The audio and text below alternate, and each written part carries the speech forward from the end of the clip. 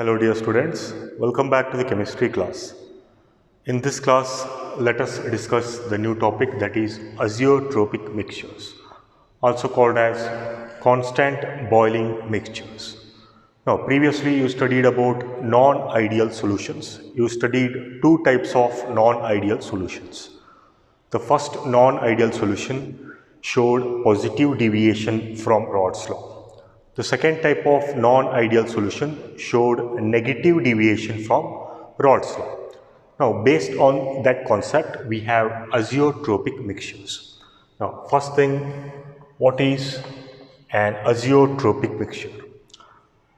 Azeotropic mixtures are solutions, mainly non-ideal solutions, or you can say liquid mixtures.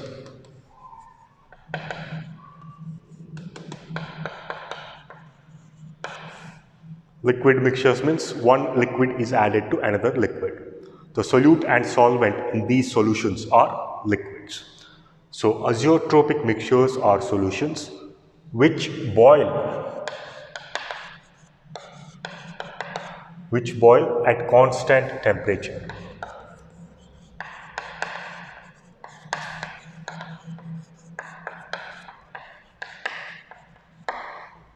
No matter what the concentration of the mixture is, they always boil at constant temperature. Okay, so this is a very important thing. That is why they are known as constant boiling mixtures. Okay, constant boiling mixtures. These are the mixtures which boil at constant temperature. Also, and the concentration or the composition of mixtures, the composition of the mixture, the azeotropic mixture, it is same in both liquid and vapor phases.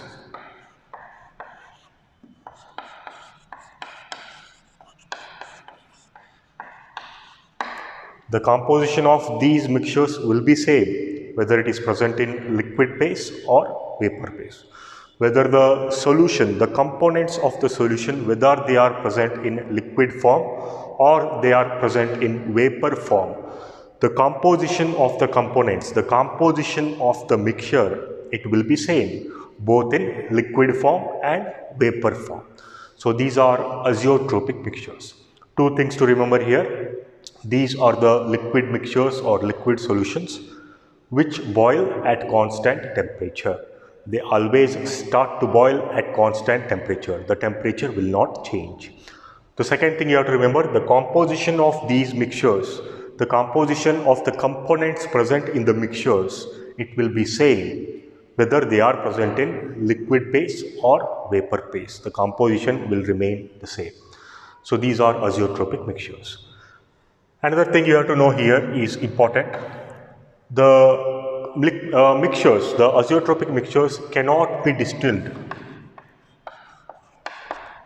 cannot be separated by fractional distillation.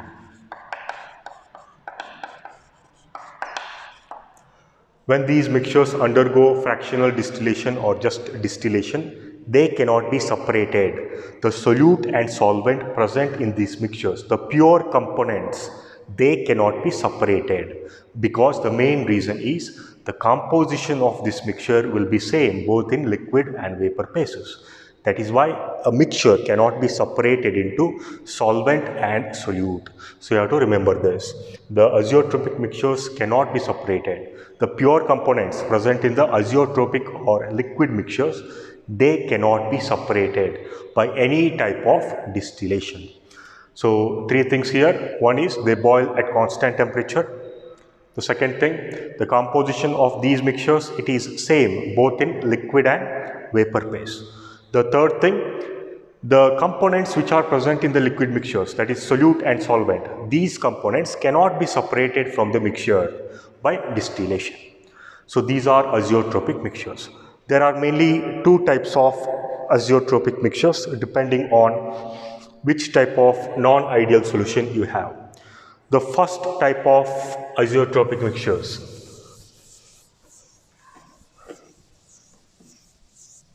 we have minimum boiling azeotropes.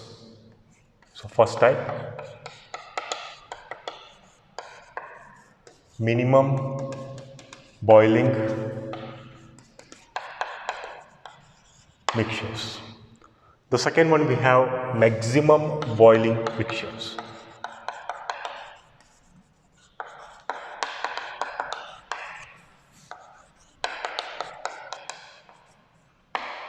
Okay, these are the two types of azeotropic mixtures. One is minimum boiling mixture, the other one is maximum boiling mixtures.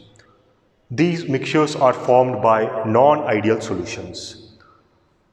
Minimum boiling mixtures are formed by non-ideal solutions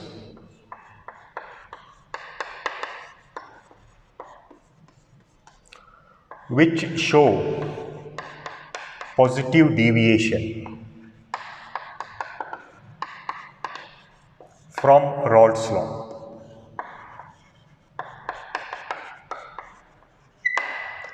We studied about non-ideal solutions which show positive deviation from Raoult's law. So these solutions will form minimum boiling mixtures. The minimum boiling azeotropic mixtures are formed by non-ideal solutions which show positive deviation from Raoult's law. Opposite to that, we have maximum boiling mixtures. Now, these are the mixtures, azeotropic mixtures, which are formed by non-ideal solutions which show negative deviation from Raoult's law.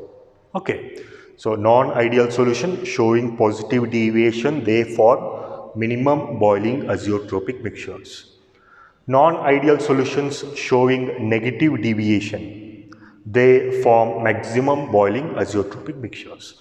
So these are the two types of minimum boiling and maximum boiling azeotropic mixtures. Now this is the first thing you have to know about these mixtures, these types. The second thing, obviously it is common for both mixtures. The composition, it will be same. The composition of the components or the mixture, it is same in liquid and vapor phase.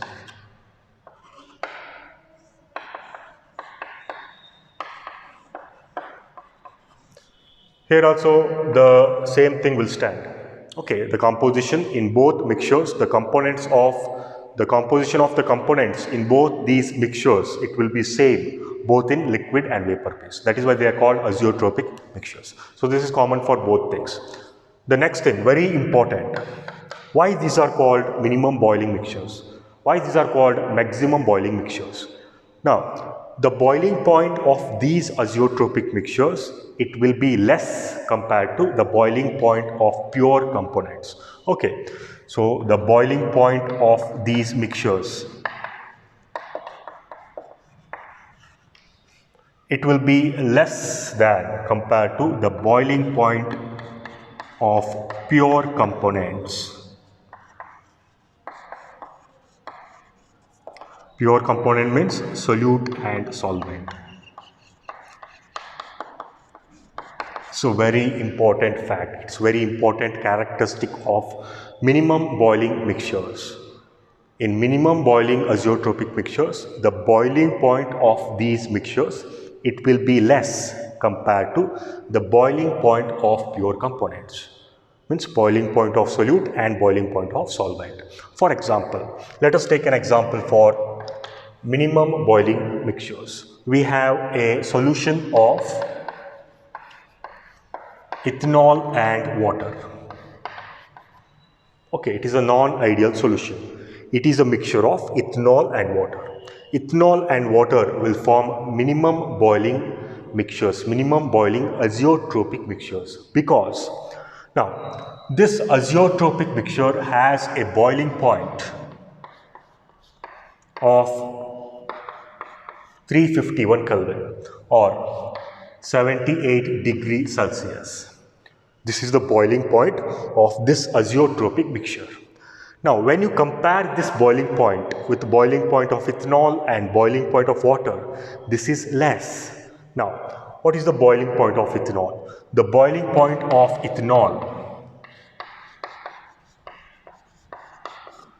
is 351.5 Kelvin or 78.5 degrees Celsius.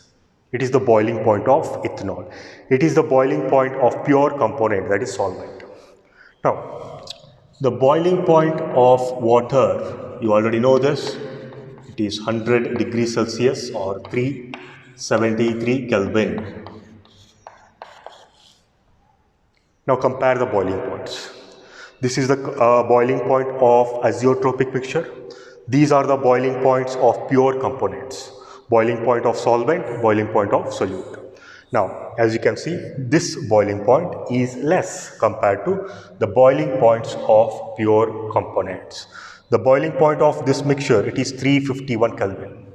It is less than 351.5 Kelvin. It is less than 373 Kelvin.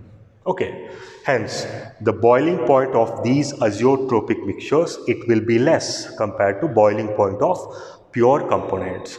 Hence they are known minimum boiling mixtures. Since the boiling point is less, they are called minimum boiling azeotropic mixtures.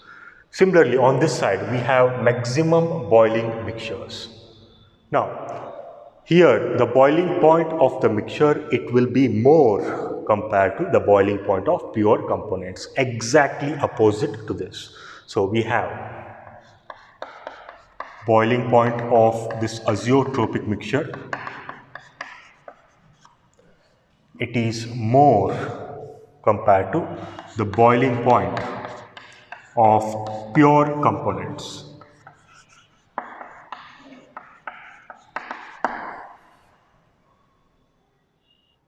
Now, an example for this, let us take a non-ideal solution comprising of HCl liquid solution and water.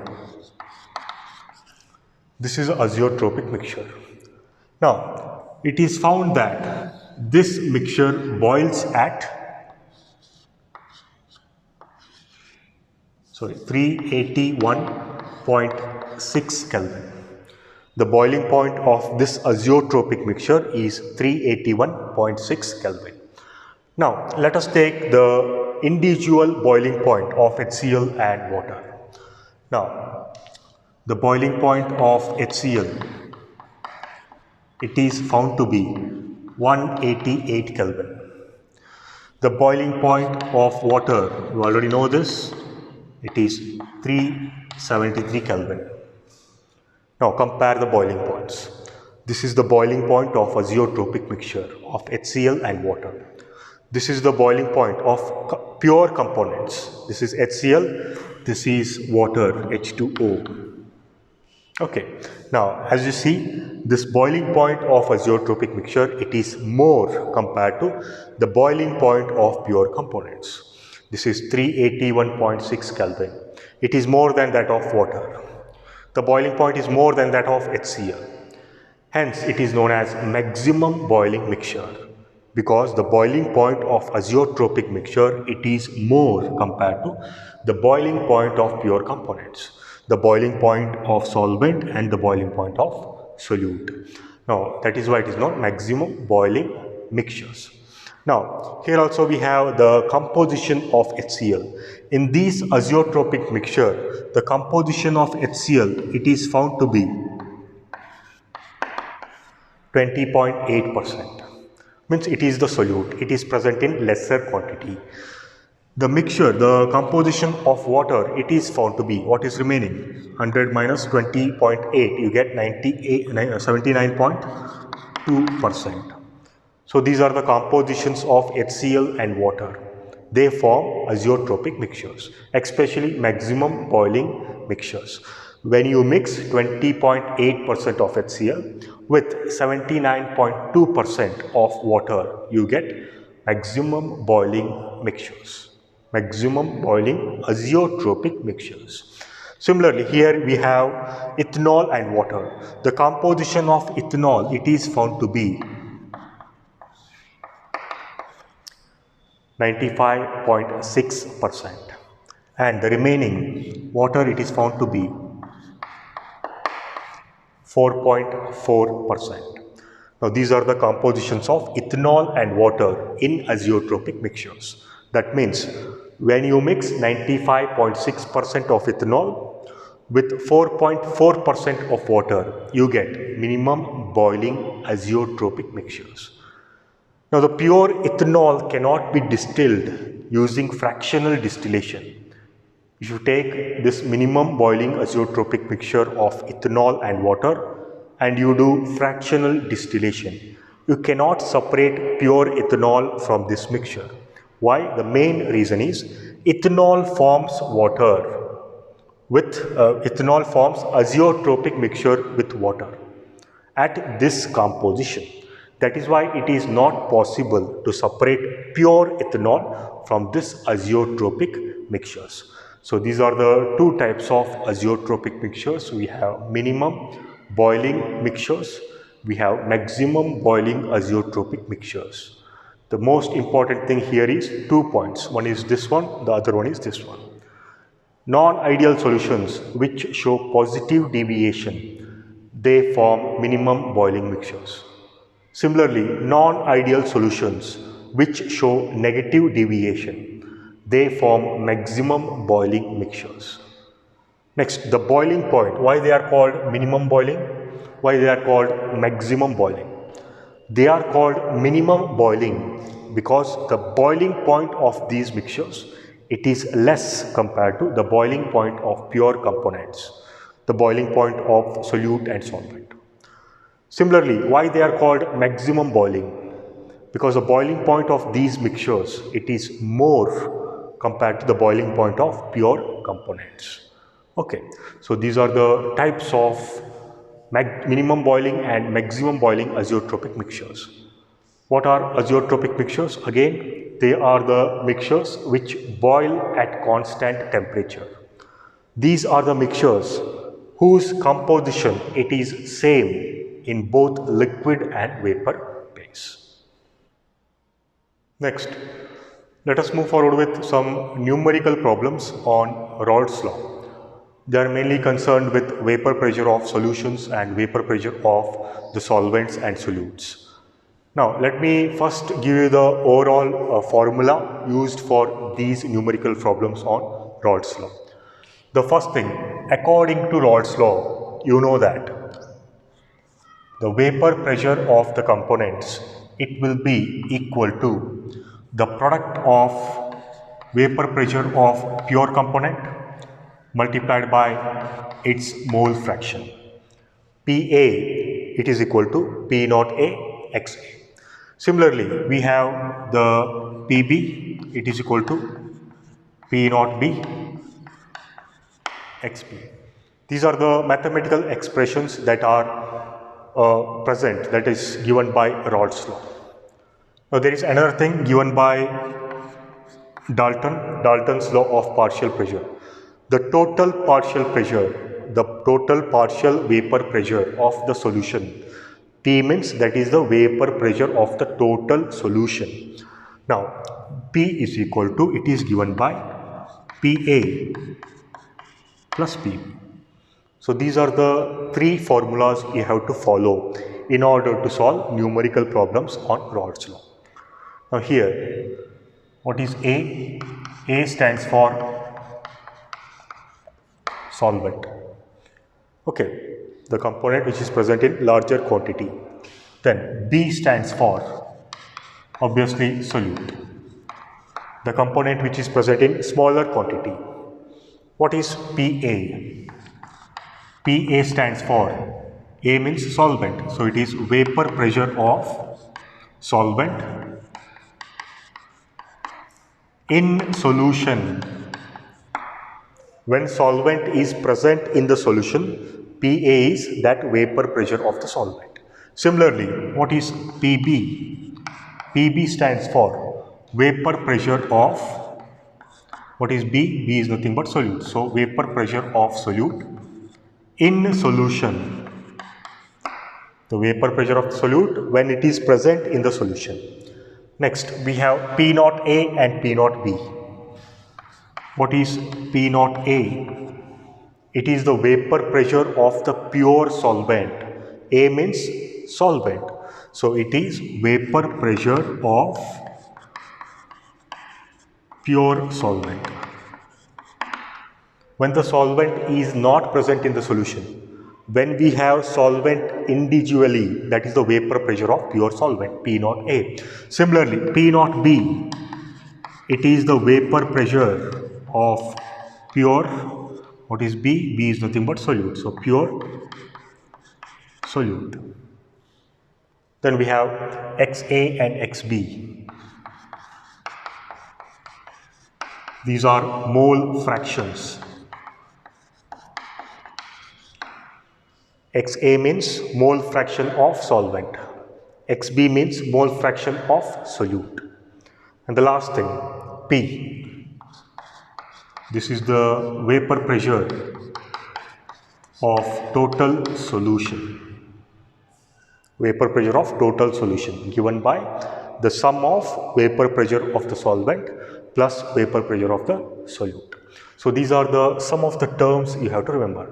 3 formulas, and what does the individual term mean? Now let us come to the problem here. First problem, we have the vapor pressure of ethyl alcohol at a certain temperature, 298 Kelvin. It is 40 mmHg. Hg stands for mercury. This is the unit of vapor pressure, one of the units of vapor pressure. Now, vapor pressure of ethyl alcohol. Ethyl alcohol means ethanol. It is an alcohol, it is a liquid. It is given. So that is nothing but it is the vapor pressure of pure component. Let us continue. Its mole fraction, the mole fraction of ethyl alcohol, its mole fraction in a solution with methyl alcohol.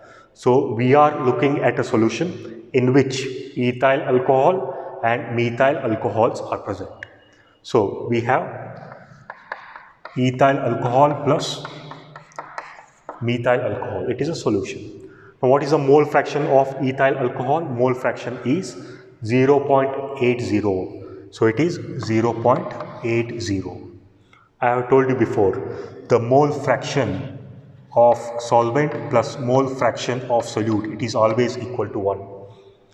So if ethyl alcohol has 0.80, the other should be 0.20, that will be equal to 1. So ethyl alcohol is 0.80, present in larger quantity compared to the other composition. Hence ethyl alcohol will be the solvent. Why it is solvent? Because it is present in larger quantity. The mole fraction of ethyl alcohol is more compared to the mole fraction of methyl alcohol. So this is a solution in which ethyl alcohol is the solvent. So A is nothing but ethyl alcohol. So methyl alcohol is the solute. So solute is nothing but methyl alcohol. What is the reason? The mole fraction of ethyl alcohol, it is more compared to methyl alcohol. The composition of ethyl alcohol is more, it is present in larger quantity, hence it is a solvent. Now,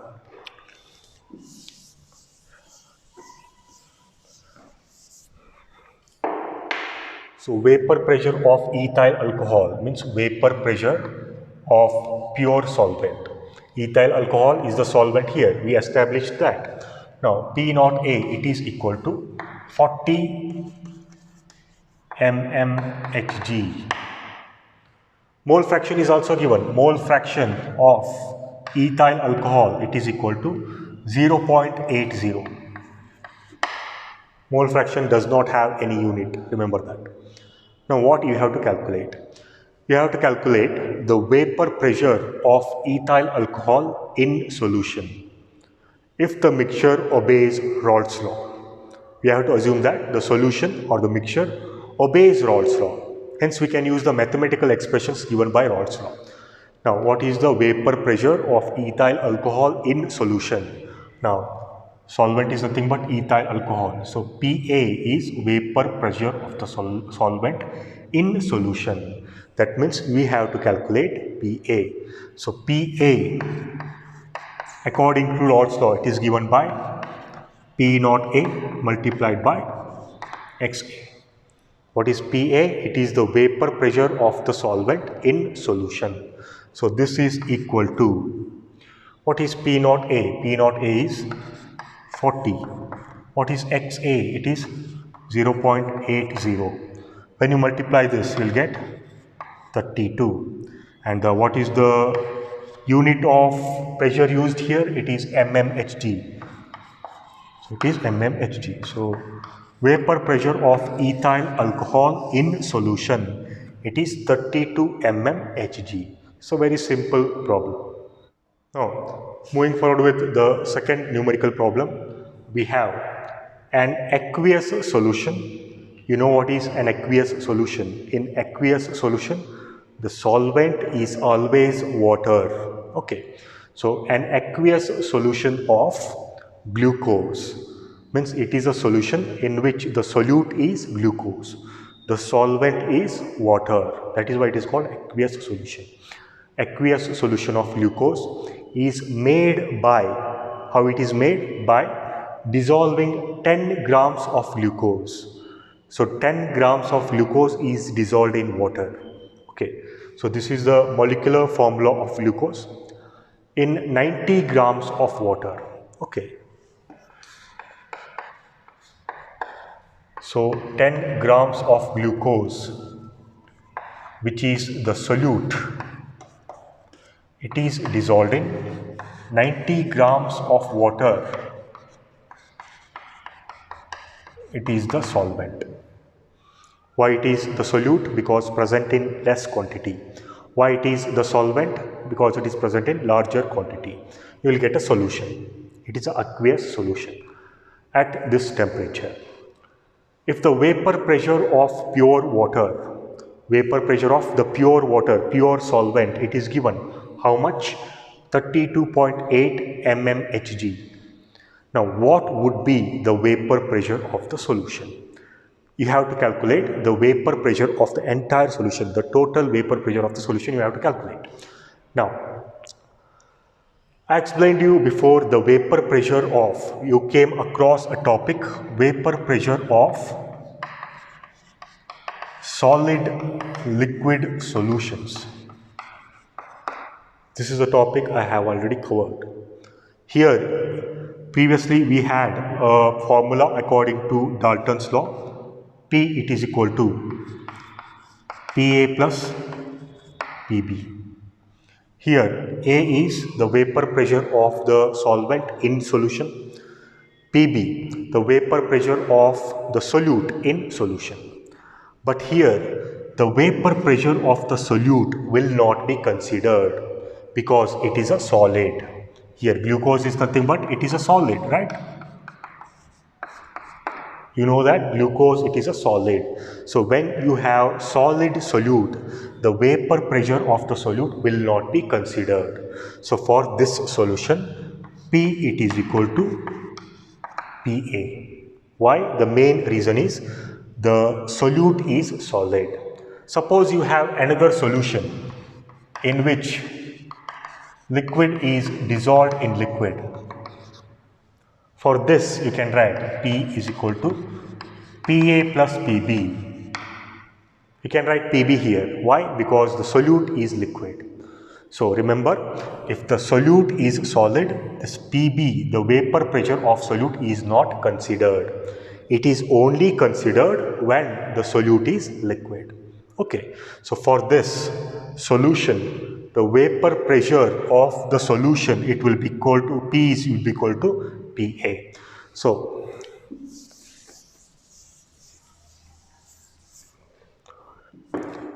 we have the mass of glucose, that is equal to 10 grams.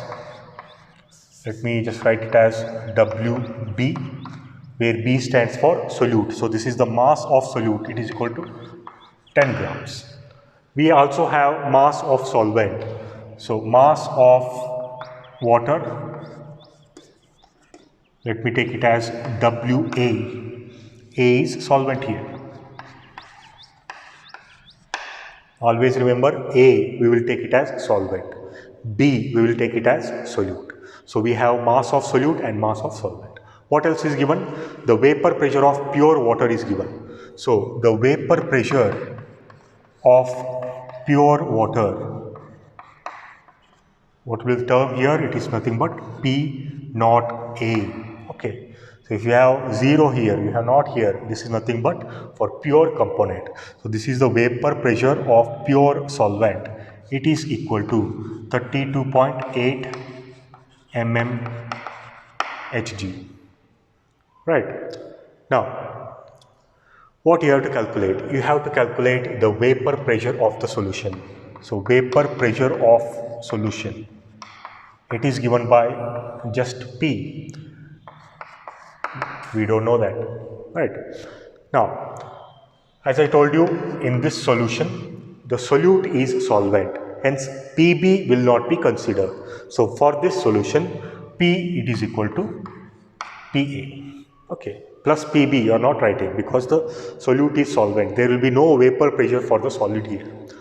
So, what is Pa? Pa is nothing but P naught A XA. Okay, Pa is what? You know this. According to Raoult's law, Pa it is equal to P naught A XA. So here, P naught A is given. That is nothing but 32.8. The mole fraction of the solvent is not given. Hence, you have to calculate mole fraction of the solvent first. Then you can calculate the vapor pressure of the solution. So, XA, the mole fraction of the solvent, it is given by number of moles of solvent divided by number of moles of all components, Na plus Np. Now, number of moles of solvent, Na. How do you calculate number of moles of a compound or a substance? Number of moles of any substance, it is equal to mass of that substance divided by molar mass. So, number of moles of solvent, it is equal to mass of solvent, Wa, divided by molar mass of solvent. Similarly, number of moles of solute, it is equal to mass of solute divided by molar mass of solute. Now, this is equal to, what is Wa? It is 90 grams divided by, what is the molar mass of water? H2O. What is the atomic mass of hydrogen? It is 1. There are 2 hydrogens, 1 into 2. Plus, what is the atomic mass of oxygen? It is 16. So, you will get 18. Molar mass of water is 18. You will get around 5 here. I think it is 5, right. This is 5.0. Next, we have Wb, the mass of solute. It is 10 grams. Divided by molar mass of solute. Molar mass of glucose.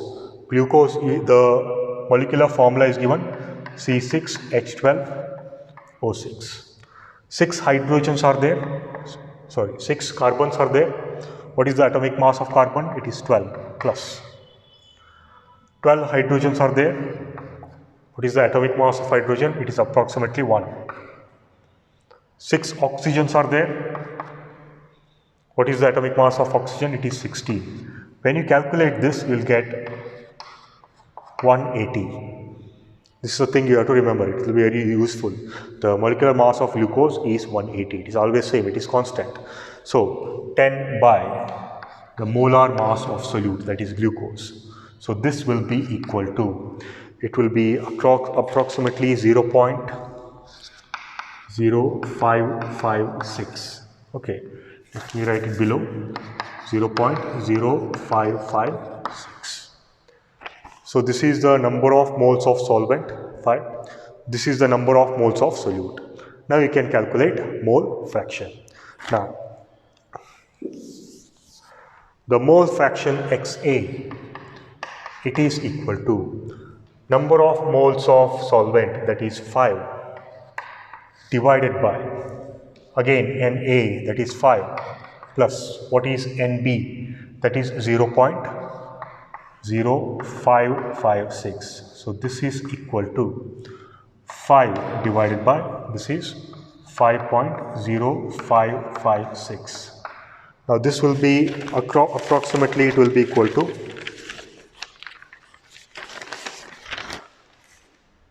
0.989. This is the mole fraction of the solvent. Now you know what is P naught A, it is given. Now you have calculated XA, that is 0.989. Now you can calculate the total vapor pressure of the solution. Now the total vapor pressure of the solution P, it is equal to, what is P naught A? 32.8 multiplied by, what is XA? It is 0.989. Now when you calculate this, you will get approximately 32.44. It's the value. Now what is the pressure? The unit of pressure given, that is mmHg. This is nothing but the total vapor pressure of the solution. So this is a very simple problem. You have to calculate the vapor pressure of the solution. What is given? The vapor pressure of pure solvent is given. Masses of solute and solvents are given. First what you have to do? You have to calculate mole fraction. Then both values will be known. So you can calculate vapor pressure of the solution easily. Now, next numerical problem we have, the third one. At 298 Kelvin, at this temperature, the vapor pressure of pure benzene. Okay, pure benzene. Benzene is a liquid, so it is pure component. So vapor pressure of pure benzene is given, that is 0.256 bar. What else is given? The vapor pressure of pure toluene is given. It is this much. So here it is a solution which contains benzene. It also contains toluene. Okay, it is a solution containing benzene and toluene. What else is given? If mole fraction of benzene is given, that is 0.40. Then what you have to calculate? We have to calculate the total vapor pressure of the solution. Also mole fractions in vapor phase. Now, you have a solution in which benzene and toluene are present. Now, how do you know which is the solvent and which is the solute? In order to know which is the solvent and solute, you have the mole fraction. The mole fraction of benzene is given, that is X benzene. It is 0.40. Now, I told you before, in a solution, the sum of mole fractions of total components, it will be equal to 1. So, mole fraction of benzene plus mole fraction of toluene, it will be equal to 1. So, mole fraction of the components, the sum of mole fraction of the components is always equal to 1. It's always unity. Okay. Now, you know the value of benzene, it is 0.40 plus this one is not given. So, mole fraction of toluene, this is equal to 1. Now, if you send this that side, you get mole fraction of toluene, it is equal to 1 minus 0.4. It's nothing but 0.60. This is the mole fraction of toluene. Now, you know mole fraction of benzene, you know mole fraction of toluene. Which has the higher value? Obviously, toluene has the higher value, 0.60. Hence, toluene is the solvent because it is present in larger quantity. Benzene is the solute because it is present in lesser quantity. So, we have a solution in which benzene is the solute and toluene is the solvent. Why toluene is the solvent? Because it has higher mole fraction. It is present in larger quantity. Why benzene is the solute? Because it has lower value of mole fraction. It is present in smaller quantity. So this is how you have to identify which liquid is the solvent, which liquid is the solute.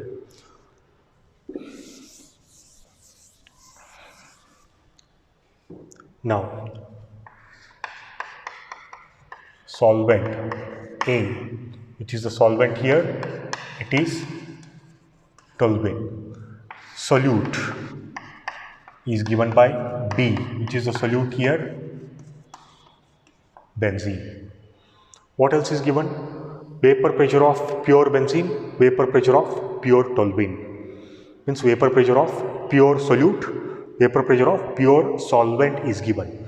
So for toluene here, it is given by P naught A, it is equal to, now for toluene it is 0.0925 bar. The unit is different here, it is not mmHg, it is given bar here. Now similarly, P naught B, B means benzene. For benzene, what is the vapor pressure? It is 0.256 bar. So vapor pressures of pure components is given. What else is given? Mole fraction of benzene. Benzene means B. It is 0.40. You already calculated the mole fraction of XA. It is 0.60. When you add both, you will get 1. Right? So these are the things that is given. What you have to calculate? Calculate the total vapor pressure of the solution. So total vapor pressure of the solution, it is given by P. According to Dalton's law, P it is equal to PA plus PB. Now I am writing PB here. Why? Because the solute is liquid. Benzene is a liquid, remember that. If the solute given is solid, then PB will not be taken. Remember this. PB is taken when the solute is liquid. PB is not taken when the solute is solid. Now, PA. What is PA according to Rod's law? PA is P naught A into XA. This is given by Rod's law. Now, this is equal to, what is P naught A? P naught A is 0.0925 multiplied by, what is XA? XA is 0.60. Now, when you calculate this, you will get a value of 0.0555. What is the unit given here? It is bar. So this is the vapor pressure of the solvent in solution. So PA is calculated. You have to calculate PB. Again, similarly, what is PB? According to Rod's law, PB it is equal to P naught B XB. Now this is equal to, what is P naught B here? It is 0.256. XB, mole fraction of solute, mole fraction of benzene, 0.40. Now when you calculate this, you get a value of 0.1024 bar. This is nothing but PB. Now you know both values, vapor pressure of solvent, vapor pressure of solute. You can calculate vapor pressure of the solution. So P is equal to, what is PA? PA is 0.0555 plus, what is PB? PB is 0.1024. When you add this, you get 0.158 bar. This is the total vapor pressure of the solution. Okay, this is the first part. The vapor pressures of pure components, solvent and solutes are given, mole fractions are given. Obviously, easily you can calculate the vapor pressure. Now, the second part of the numerical problem, we have calculate the mole fraction of both components, means mole fractions of both benzene and toluene in vapor phase. The mole fraction which is given here, it is in liquid phase. These are the mole fractions of toluene and benzene in liquid phase. But you have to calculate mole fractions of these components in vapor phase. How do you do that?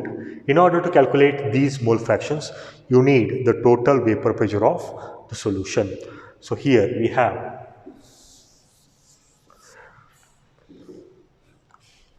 the mole fractions for the components in vapor phase. It is given by Y. If you are taking vapor phase, the symbol will be Y. If you are taking liquid phase, the symbol will be X. Okay. So this is the mole fraction of the component in vapor phase. If I am taking toluene, toluene is given by here A. It is the solvent. So mole fraction of toluene in vapor phase, it is equal to the vapor phase of solvent in solution divided by total vapor pressure of the solution, PA divided PB. Similarly, the mole fraction of the solute in vapor phase, it is equal to the vapor pressure of the solute divided by total vapor pressure of the solution. So YA, it is equal to PA divided by P. YB, it is equal to PB by P. Now this is equal to, what is PA? I calculate this, 0.0555 divided by, what is P? I have calculated here, 0.158. Similarly, PB, what is PB? It is 0.1024 divided by, what is P? Again same thing, 0.158. Now when you calculate these,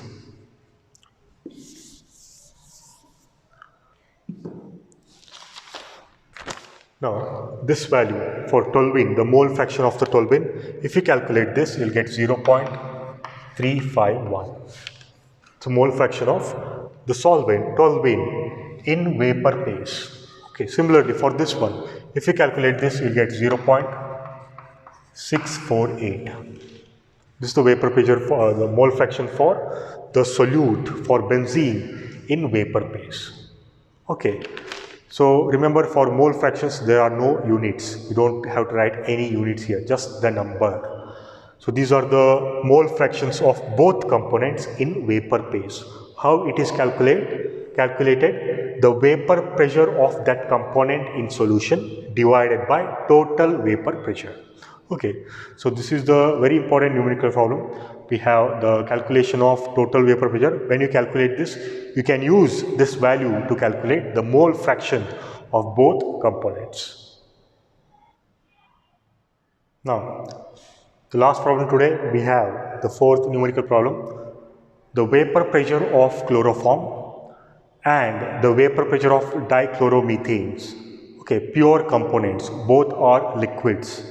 So vapor pressure of both components is given. That is 200 mm Hg, this is for chloroform, and 415 mm Hg, this is for dichloromethane. So vapor pressures for both components are given. Now what you have to do? Calculate the vapor pressure of the solution. You have to calculate the total vapor pressure for the solution, in which 25.5 grams of chloroform is there and 40 grams of dichloromethane is present. So masses of both components is given. The weight or mass of CHCl3, that is chloroform, it is 25.5 grams. The mass of dichloromethane, it is 40 grams. So which is present in higher quantity, larger quantity, that is CH2Cl2. Dichloromethane is present in larger quantity, 40 grams. So it is solvent. Which is present in smaller quantity, chloroform, CHCl3. Hence it is solute. So this is the problem in which we have a solution. The solvent A is dichloromethane, okay, CH2Cl2. Then we have solute, that is B, present in lesser quantity, smaller quantity. So it is chloroform, CHCl3. So this is a solution in which both are liquids. We have solvent and solute. Now what is given? The vapor pressures are given. The vapor pressure of pure solvent for CH2Cl2, it is 415, write it as equal to 415 mmHg. Similarly, for chloroform, P0B, it is given, that is 200 mmHg. What else is given? Masses are given. So, weight of solvent, mass of solvent, that is 40 grams, large quantity. Mass of solute, small quantity, that's 25.5 grams.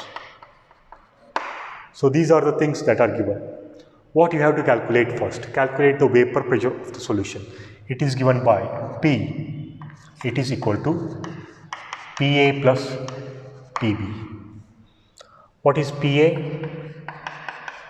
P naught A, XA. What is PB?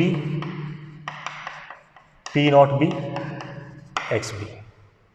Okay, so first you have to calculate PA, you have to calculate PB, hence you can calculate total vapor pressure. But here, P naught A and P naught B, they are given. But XA and XB, mole fractions are not given. Only masses are given. Hence, first you have to calculate mole fractions. Then you can calculate PA and PB. Then finally you can calculate P. So first, let us calculate the mole fractions. In order to calculate mole fractions, we need number of moles. Number of moles of solvent, number of moles of solute are needed. Okay, so before that, we need molecular mass, molar mass. Molar mass of CHCl3, molar mass of CH2Cl2. Now, molar mass of solvent, which is a solvent here, it is CH2Cl2 present in larger quantity. So, this is equal to Ma means this is solvent, molar mass of solvent. So, one carbon is there, atomic mass is 12. 2 hydrogens are there, it will be 2 plus Cl2, 2 chlorine atoms are there, so it is 35.5 multiplied by 2. Now, when you calculate this, you will get around 84. Okay, this will be the molar mass of solvent CH2Cl2. Similarly, molar mass of solute CHCl3. One carbon is there, it is 12 plus one hydrogen, it is there, it is 1. 3 chlorine atoms, 3 into 35.5, it is the atomic mass of chlorine.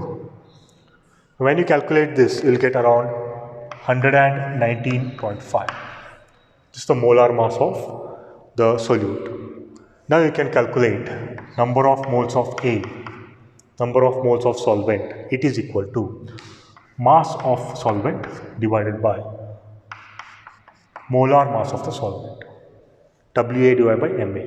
Similarly, number of moles of solute, Nb, it is equal to mass of solute divided by molar mass of solute. This is equal to, what is Wa? It is given 40 grams divided by molar mass of solvent, it is 84. This is equal to, what is Wb? It is given 25.5 grams divided by, what is molar mass of the solute? It is 109.5 grams. Now, when you calculate this, you will get around 0.470.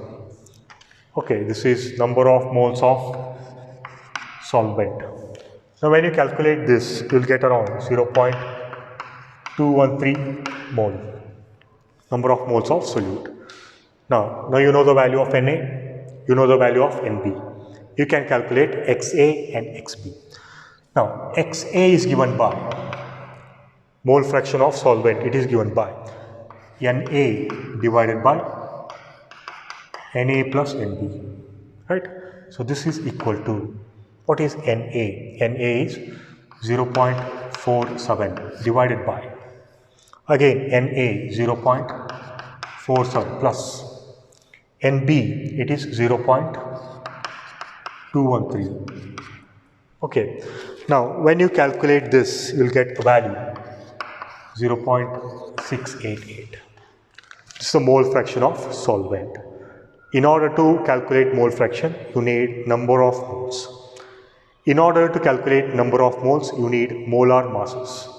So first you have to calculate molar masses of both solute and solvent. Then you can calculate number of moles of solute and solvent. Finally, you can calculate the mole fraction. So XA you calculated 0.688. You can calculate XB using similar problem, similar formula.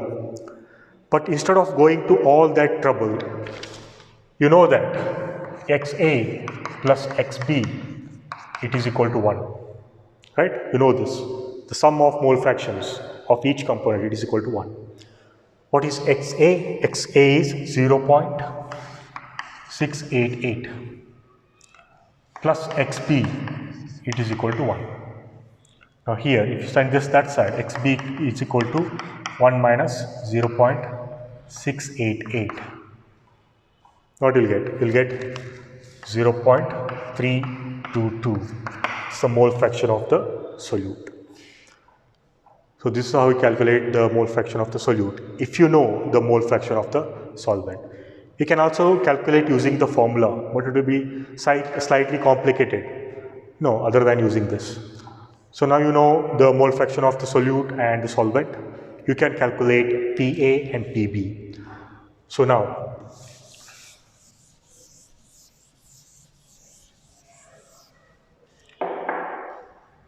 what is PA? PA is P naught A XA. What is P naught A? P naught A is 415 multiplied by, what is XA? Mole fraction of solvent, 0.688. Now when you calculate this, you'll get 288.5. What is the unit used here? It is mmHg. So mm, this is PA. Similarly, what is PB? PB is P naught B XB. So what is P naught B? That is 200 mmHg multiplied by, that is 0.322. Now when you calculate this, you'll get value of 62.4 mmHg. This is the vapor pressure of the solute in solution. Vapor pressure of the solvent in solution. Now you know both PA and PB. You can easily calculate the total vapor pressure of the solution. P, it is equal to PA plus PB. What is PA? 288.5 plus. What is PB? It is 62.4. Now when you add both of these, you will get 347.9 mmHg. Never forget to write the unit. This is the total vapor pressure of the solution. So it is slightly complicated compared to the previous solution, previous problem. In the previous problem, mole fractions were given, but here mole fractions are not given. Only masses of the solute and solvents are given. So first calculate the mole fractions, that is XA and XB.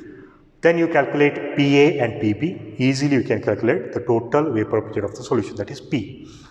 So now you know the total vapor pressure of the solution.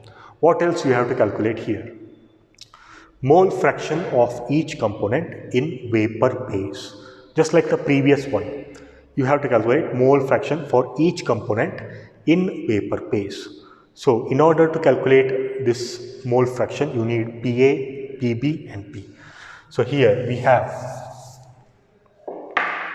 the mole fraction of solvent in vapor phase. In vapor phase means you have to take Y.